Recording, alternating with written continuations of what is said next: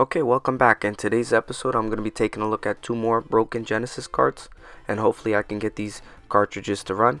First card I'm going to be taking a look at here is X-Men, and as you can see, I can't get anything on the screen, so I'm going to take this card apart and see what's going on.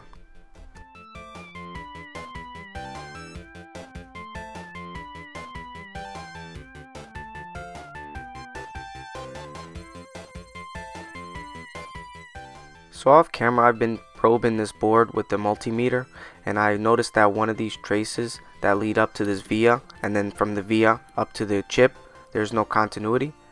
So I'm gonna reflow this chip and hopefully I can get some continuity out of it.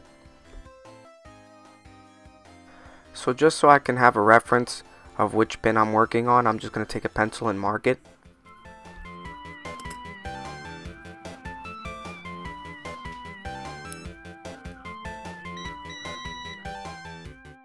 So now that I pressed a little bit harder with my probe, it seems like it was a false alarm, or maybe I just pressed a little harder and it's just a cold joint and it's intermittent. The continuity is a bit off. So I'm gonna actually reflow the chip, and unfortunately I forgot to record. I thought I recorded, but I didn't. So I reflowed all the joints on the bottom and it seems to have better continuity. So that could have been one of the issues.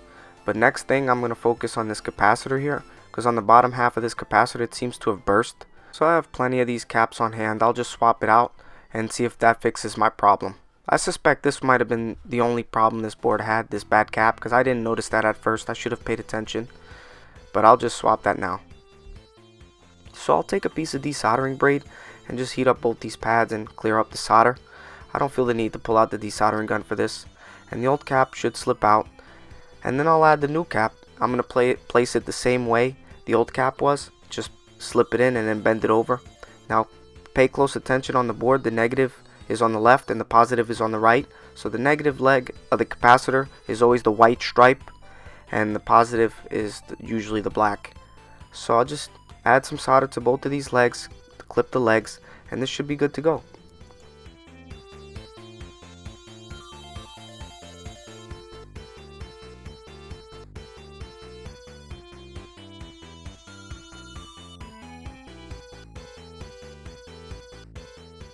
So I got the cartridge partially assembled here without the screws, and I'm going to test it out.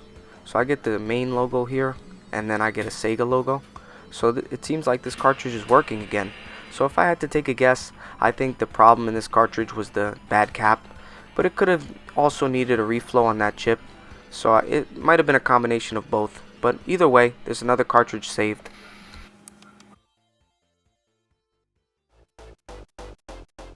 So also included in this lot, now I got most of these cartridges even from the previous couple of videos from the same lot, and I got this Miss Pac-Man cartridge. I opened it up off camera. Now I'm a little bit disappointed I didn't record a lot of the footage for the X-Men cartridge and the Miss Pac-Man cartridge here. So this episode, for me at least, was a little bit disappointing. I should have been more focused on recording better. So I'll try not to let this happen again. But just bear with me. I don't want to scrap the whole project because I missed recording a couple of things here. So of course, not to get too off topic, I do use Brasso to try to polish the pins, but these pins have little spots of corrosion and rust. So I'm going to take a fiberglass pen and see if I can clean up this board a bit. Now this is very harsh on the pins, so do this as a last resort.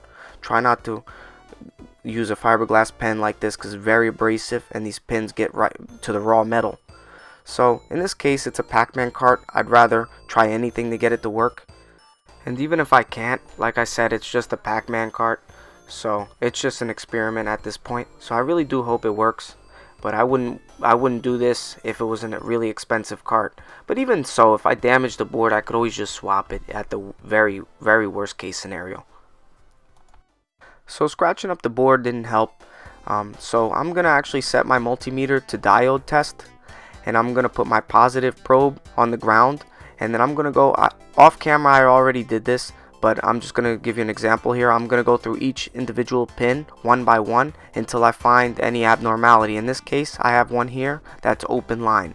So what I have to do here, what I suspect can solve this problem is adding a resistor. Now this resistor here, I've already added it off camera. It's a 1K resistor, and all I did was add one leg to the open line pin of this chip, and then I tied it to ground. So this actually pulls that data line or address line down, so it's not, I guess, floating is what they call it, but I'm not too sure what the actual term for it is. But I learned this off the YouTube channel My Mate Vince. Now he does cartridge repair and general appliance repair. It's a really good channel, and one of his subscribers taught him to do this, so shout out to that guy, because I never would have thought of this myself. This is actually really cool. So if you have any Genesis carts that you couldn't previously repair, try this method out. It could solve your problem. So now, as you can see, the resistor's there, and I'm going to test it, see if it works. So as you can see, the cartridge is working. So I'm really happy I got this one to work too.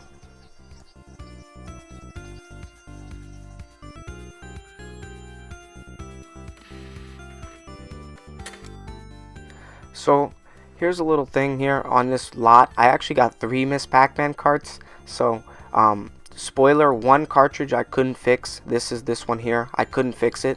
The other one already worked. It just needed to be cleaned. So this one worked already. And the one I just repaired. So the one I just repaired had a beat up label.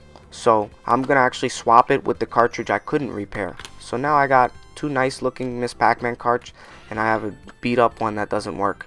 So as you can see, this one works, and then I'll just swap out this cartridge and show that the other cartridge works as well.